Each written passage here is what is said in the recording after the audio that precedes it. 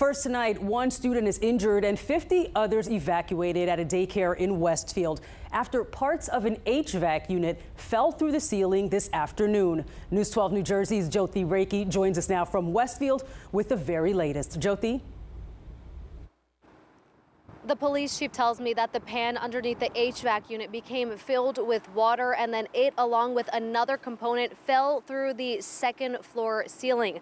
Now, he tells me that children were inside a classroom at the time. Some debris and a ceiling tile also fell. That ceiling tile hit one child in the head. That child was treated on scene for minor injuries by EMS and released to their parents. All of the other children, about 50, were evacuated to the nearby Roosevelt Intermediate School for the remainder of the day.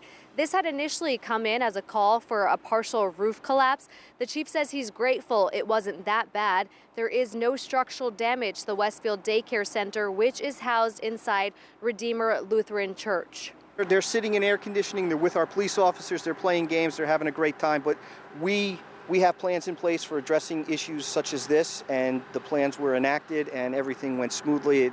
It's like a training exercise for us. And the building will remain closed until it's deemed safe by the town's construction official. Reporting in Westfield, Jyoti Reiki, News 12 New Jersey. All right.